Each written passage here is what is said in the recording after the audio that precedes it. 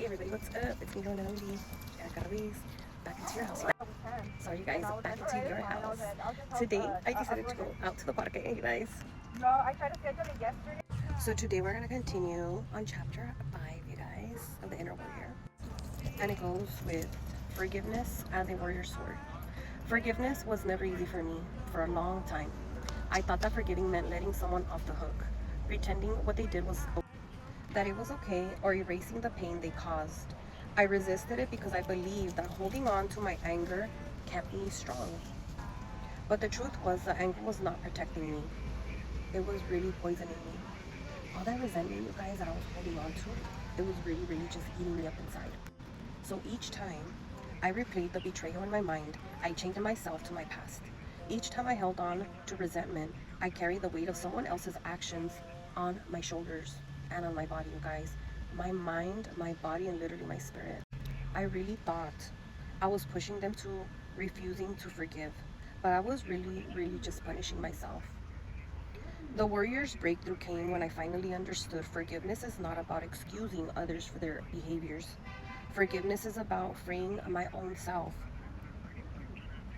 What forgiveness is and is not.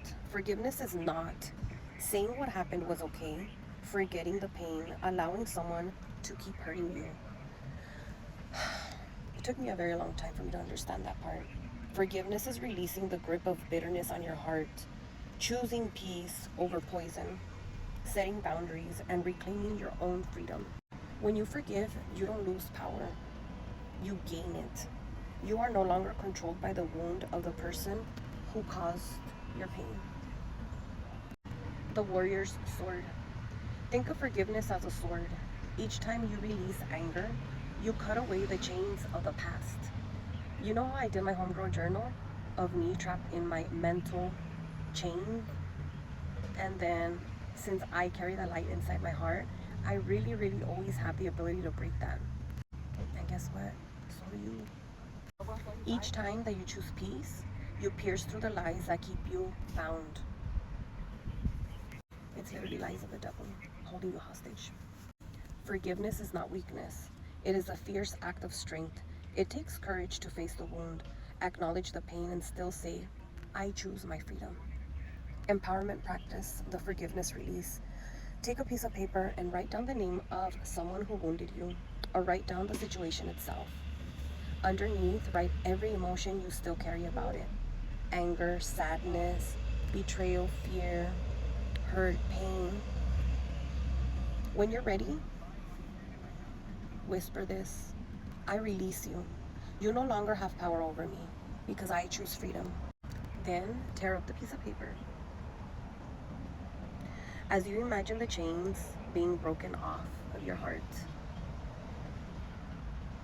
because you're making an action, you're putting action into what you are feeling, and you're doing something about it versus holding on to it.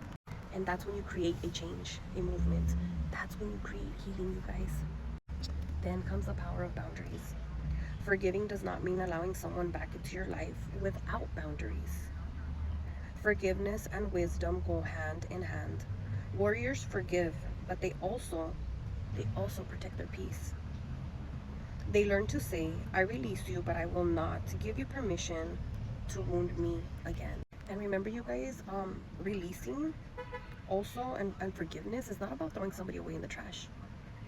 It's so easy to just get rid of somebody, but it takes strength, and it takes being a human being to still know that that person is still a person and a human being, just like you. Because the Bible says that, there's a phrase in the Bible that says something about sorry, I don't know too much about it, but it's because I forget. Anyways, it talks about being not perfect as human beings, right? And if you think you're perfect, throw the first stone, something like that. So with that being said, that balance, grace with strength, is what makes forgiveness a sword instead of a trap. And then once you're ready to start with your questions, you guys, these are some of the questions for this part. Number 1, who or what do you still carry resentment towards? So who in your life right now do you feel that you still carry resentment for? Write it down. Then number 2 is, how has holding on to that bitterness affected your peace and your freedom?